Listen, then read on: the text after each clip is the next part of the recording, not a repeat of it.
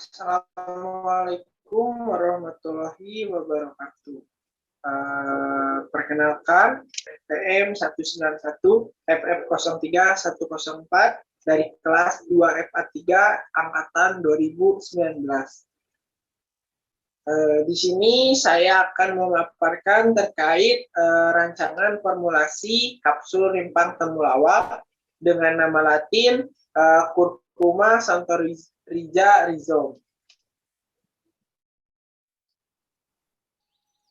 Adapun pokok-pokok bahasan yang akan saya bacakan atau saya bahas meliputi 6 poin. Yang pertama itu ada pendahuluan, yang kedua ada khasiat, yang ketiga ada komposisi, yang keempat ada prosedur, yang kelima ada pengemasan, dan yang keenam itu ada uji pemastian mutu.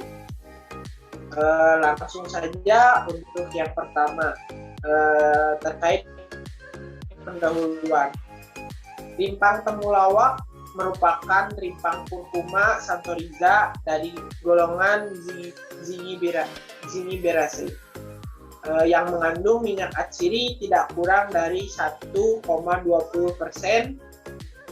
dan kurkumin tidak kurang dari 2,30%. Rimpang temulawak merupakan salah satu bagian dari tanaman ini yang dimanfaatkan. Sebagai manfaat bagi kesehatan tubuh, sebagai contoh, rimpang temulawak dapat meningkatkan daya tahan dan stamina tubuh. Rimpang temulawak merupakan salah satu tanaman yang berasal dari Indonesia sendiri, di mana rimpang temulawak termasuk ke dalam 9 golongan tanaman unggulan yang didapatkan untuk tanaman kesehatan. Pengolahan pada Simplicia dapat menjadi salah satu upaya yang dapat dilakukan untuk meningkatkan dan memperpanjang masa simpan dan dapat meningkatkan nilai tambah produk dan dapat juga menjadikan bahan baku yang fleksibel untuk industri pengolahan lanjutan yang aman dalam distribusi serta menghemat uang dan biaya penyimpanannya. Lanjut saja ke yang di sini ada beberapa khasiat dari rimpang temulawak itu sendiri. Yang pertama itu ada antiinflamasi, tonikum, obat gangguan hati, kolagaga,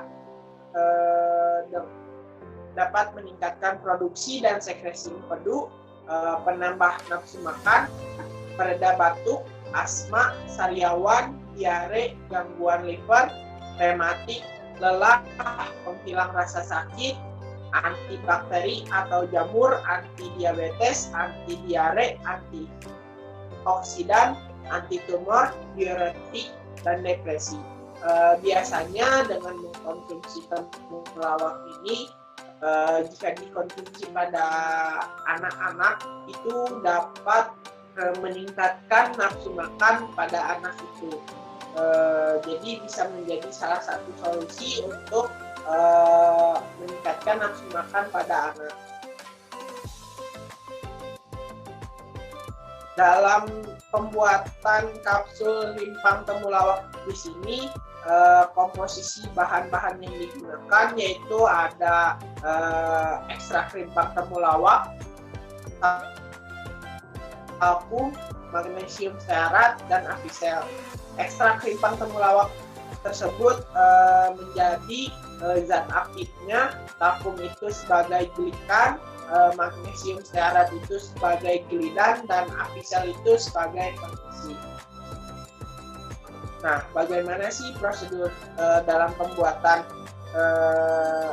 kapsul rimpang temulawak ini? Jadi prosedurnya itu terbagi menjadi tiga prosedur khusus. Yang pertama itu ada prosedur pembuatan ekstrak kering rimpang temulawak, di mana ekstrak yang didapatkan dari hasil ekstraksi itu masih berbentuk encer atau cair.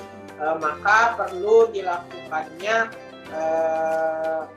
pengeringan atau pembuatan ekstrak kering agar memudahkan pada saat proses selanjutnya. Yang kedua itu ada proses pembuatan kapsul limpang temulawak.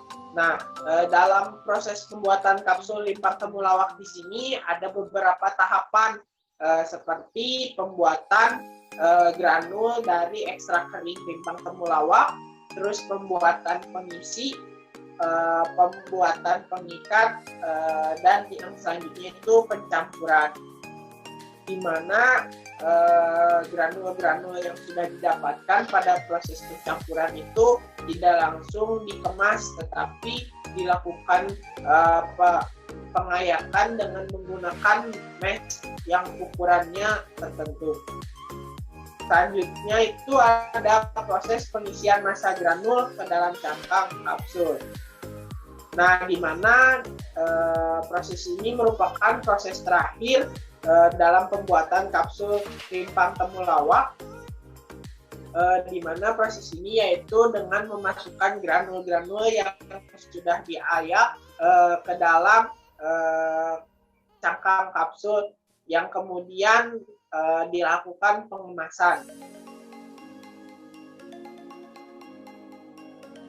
Berikut adalah contoh kemasan pada sediaan ini, yaitu saya memberi namanya yaitu kapsul limpang temulawak dengan tiap bungkusnya itu berisi sekitar 100 kapsul dengan dosis atau aturan pakainya yaitu dengan diminum sehari 2 kali, tiap kali minum 2 kapsul. Untuk penyimpanannya itu diusahakan simpan pada suhu di bawah 30 derajat Celcius dengan terlindung oleh sinar matahari langsung. Nah, adapun metode uji pemastian mutu. Metode uji pemastian mutu pada sediaan kapsul yang saya buat itu ada 2, yaitu uji keseragaman bobot dan uji waktu hancur. Pada uji keseragaman bobot dengan membandingkan parameter-parameter dengan syarat-syarat yang sudah ditentukan. Nah, untuk uji waktu hancur itu menggunakan alat bantu untuk mengetahui waktu hancur dari kapsul ini. Sekian yang dapat saya sampaikan, kurang lebihnya saya mohon maaf. Wabillahi taufiq wal hidayah. Wassalamualaikum warahmatullahi wabarakatuh. Terima kasih.